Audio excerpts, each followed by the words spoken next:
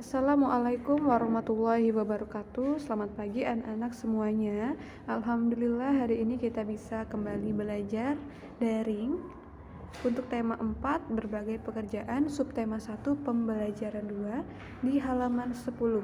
Di halaman 10 ini kita akan belajar cara menggambar bentuk rumah sederhana.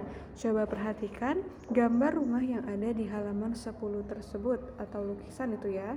Nah, lukisan itu terlihat seperti bentuk rumah sebenarnya. Nah, dimana di sini kita akan belajar cara menggambar bentuk rumah sederhana. Untuk dapat membuat gambar yang baik, kita harus belajar cara menggambar bentuk. Menggambar bentuk adalah cara menggambar dengan meniru objek yang sebenarnya. Salah satu hal yang harus diperhatikan saat menggambar bentuk adalah kemiripan bentuk dan rupa. Semakin mirip dengan bentuk rupa aslinya, gambar bentuk yang dibuat semakin sempurna juga. Jadi kita kalau mau menggambar itu diusahakan semirip mungkin dengan objeknya agar terlihat mirip ya.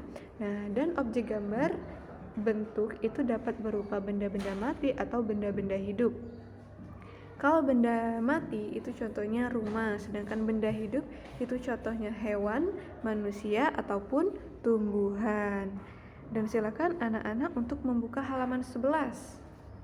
Nah, di halaman 11 ini kita akan mempelajari langkah-langkah membuat atau menggambar bentuk rumah sederhana.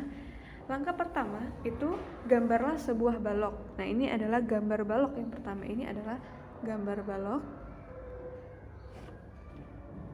Dimana di sini ada rusuk-rusuknya. Rusuk-rusuk pada balok ini berfungsi sebagai tiang rumah dan sisi tegak balok itu berfungsi sebagai dinding. Langkah kedua itu gambarlah 2 buah segitiga di sisi balok bagian depan dan di belakang. Tinggi segitiga tidak melebihi tinggi balok. Jadi dibuat segitiga ini untuk membentuk atapnya. Langkah ketiga, hubungkan titik-titik sudut kedua segitiga dengan garis untuk membentuk atap. Nah, dari sini sudah mulai kelihatan bentuk atapnya, atap rumah tersebut. Dan langkah keempat, tambahkan gambar pintu dan jendela pada dinding rumah. Nah, itu sudah ada gambar pintu, jendelanya.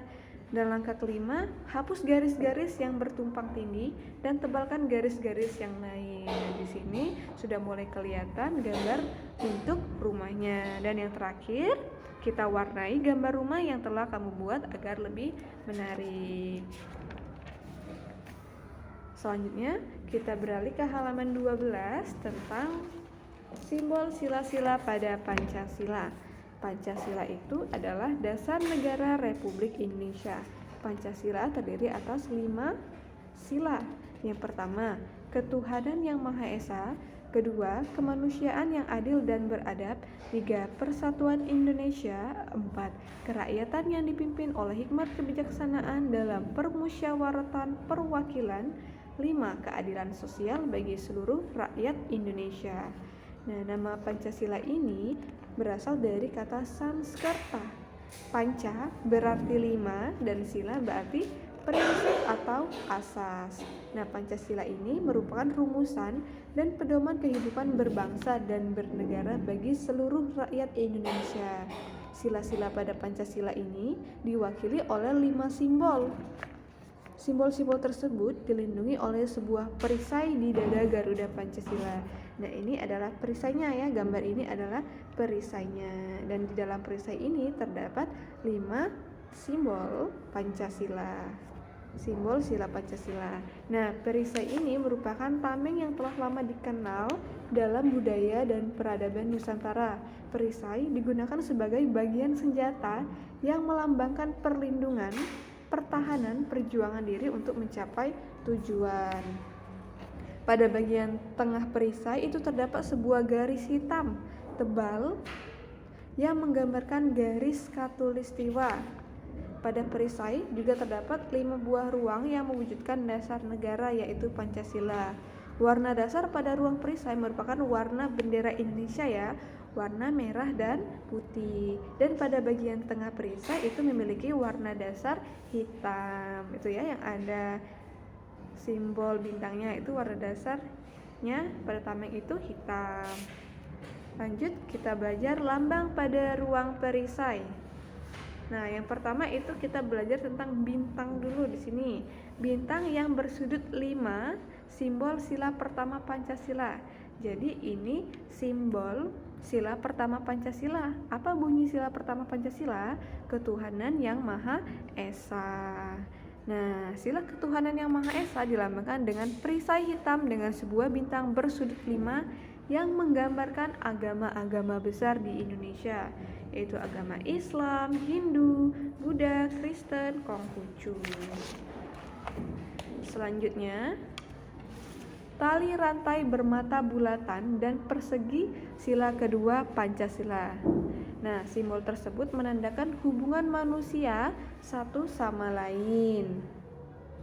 Rantai yang disusun, atas mata rantai ada yang berbentuk persegi dan juga ada yang berbentuk bulatan. Coba perhatikan di sini ada yang berbentuk persegi dan juga berbentuk bulatan. Nah, ini memiliki makna tersendiri. Kalau rantai yang disusun atas mata rantai berbentuk persegi itu menggambarkan laki-laki, sedangkan mata rantai berbentuk bulatan itu menggambarkan perempuan.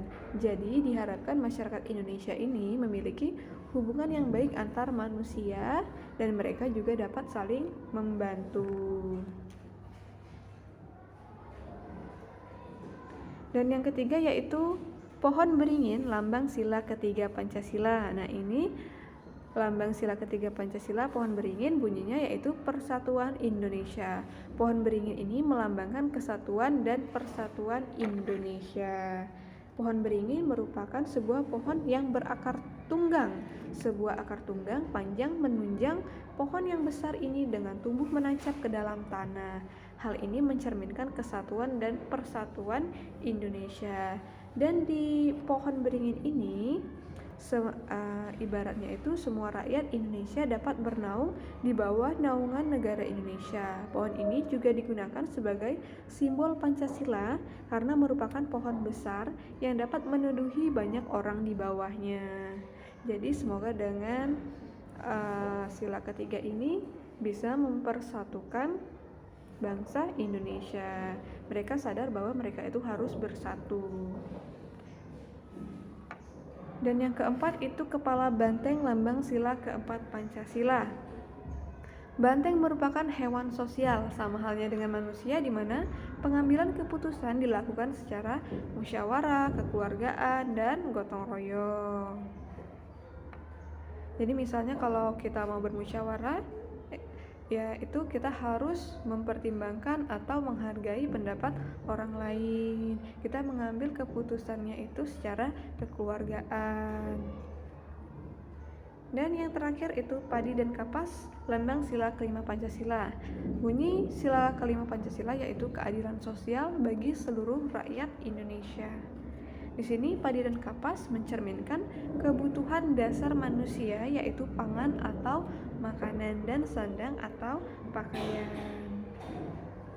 Jadi di sini kita tahu bahwa padi kapas ini melambangkan kebutuhan pokok manusia. Jadi harapannya semoga rakyat Indonesia itu bisa terpenuhi kebutuhannya untuk mencapai kemakmuran dan kesejahteraan. Dan tugas kita hari ini yang pertama itu menggambar bentuk rumah sederhana berdasarkan gambar di halaman 11 di buku tulis tematik. Jadi gambar rumah tadi kalian gambar di buku tulis tematik kalian. Jangan lupa untuk diwarnai. Dan tugas kedua itu ada di halaman 14. Di mana di sini kalian diminta untuk mengisi tabel tersebut. Misalnya sila ke-1. Nama simbolnya bintang, bunyinya ketuhanan yang Maha Esa. Nah, itu contoh yang nomor 1. Lanjutnya kalian selesaikan sila kedua, 3, 4, dan 5. Nah, itulah tugas kita hari ini dan penjelasan dari Bunda. Semoga anak-anak paham ya. Setelah mendengarkan penjelasan Bunda hari ini, silakan dikerjakan tugasnya. Bunda tunggu untuk mengirimkan tugas japri ke Bunda. Bunda akhiri, wassalamualaikum warahmatullahi wabarakatuh.